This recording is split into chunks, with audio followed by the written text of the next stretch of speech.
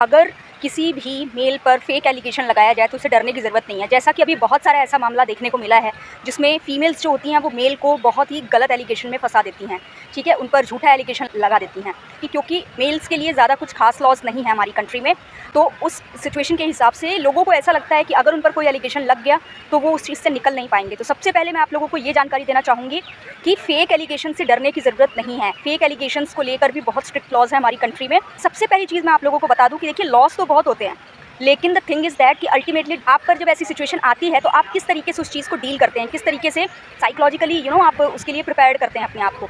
सबसे पहला स्टेप मैं आप लोगों को बता रही हूँ, अगर आप पर कोई फेक एलिगेशन लगाए तो सबसे पहले अपोजिट पार्टी से बातचीत करना बंद कर दें और उनसे बातचीत आप सिर्फ और सिर्फ कोर्ट के समक्ष करें या फिर मीडिएशन सेंटर में करें या फिर आप पुलिस वालों के सामने करें। पुलिस वालों पे भी ज़्यादा ट्रस्ट मत करें, मैं तो आप लोगों को सलाह दूँगी पर्सनल एक्सपीरियंसेस के बेसिस पे।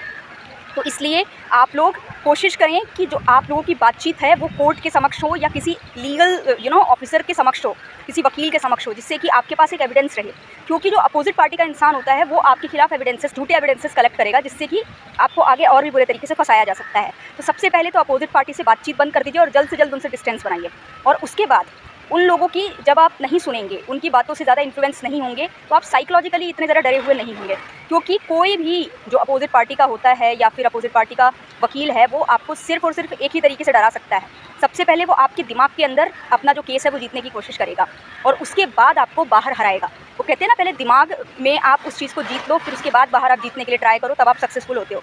तो इस चीज़ के लिए आप लोग समझिए कि कितना भी कोई प्रोवोक करे कि बातचीत करना है, अकेले में आप जाकर कोई बातचीत मत करिए, कॉल पे आप कोई बातचीत मत करिए। बातचीत करिए तो किसी अच्छे खासे लीगल सेक्टर से रिलेटेड बंदे के सामने करिए, फॉर एग्जांपल किसी वकील के सामने या फिर कोर्ट के सामने। अदरवाइज़ कोई पुलिस वाले के सामने नहीं, कुछ भी नहीं। मैं आपको बता रही हूँ, ये सबसे पहला पॉइंट होता है जहाँ पर अच्छे खासे लोग फंस जाते हैं, ठीक है। सेकंड थिंग कि आप इस चीज़ को दिमाग में रखिए कि रातों रात कोई फैसला नहीं होता है। ऐसा नहीं कि किसी ने आप पर इल्ज़ाम लगाया और आपको तुरंत सज़ा हो गई। प्रॉपर प्रोसीजर चलते हैं, बहुत सारे प्रोसीजर चलते हैं, एविडेंसेस देखे जाते हैं, विटनेसेस देखे जाते हैं, क्रॉस एग्जामिनेशन होता है और बहुत ऐसे मौके आते हैं जहाँ पर आप अपने आप को प्रोटेक्ट कर सकते हैं। प्लस पैसों की अगर कमी है तो आप जज के सामने अपनी पहली पेशी में आप गवर्नमेंट एडवोकेट के लिए बोल सकते हैं कि मेरे को सरकारी वकील मुहैया कराया जाए क्योंकि मेरे पास इतनी क्षमता नहीं है।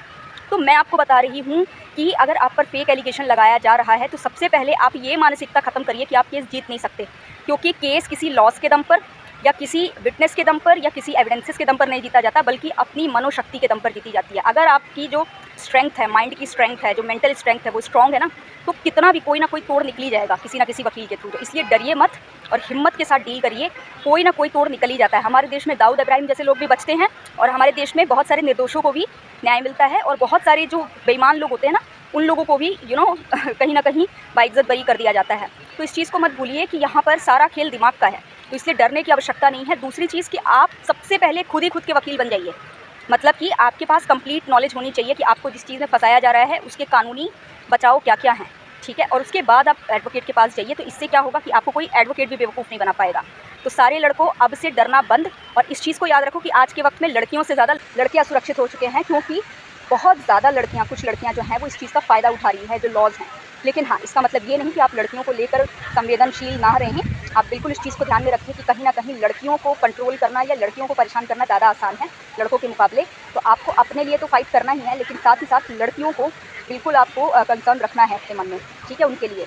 तो इस चीज़ के लिए निश्चिंत रहें कि आपको न्याय नहीं मिलेगा। मैं आपको बता रही हूँ, कोर्ट 24/7 आपके लिए लगा हुआ है, और अगर आप बिना किसी बेवकूफ़ी के बहुत ही स्ट्रॉन्ग माइंड से अपना केस लड़ते हैं तो आप ज़रूर जीतेंगे।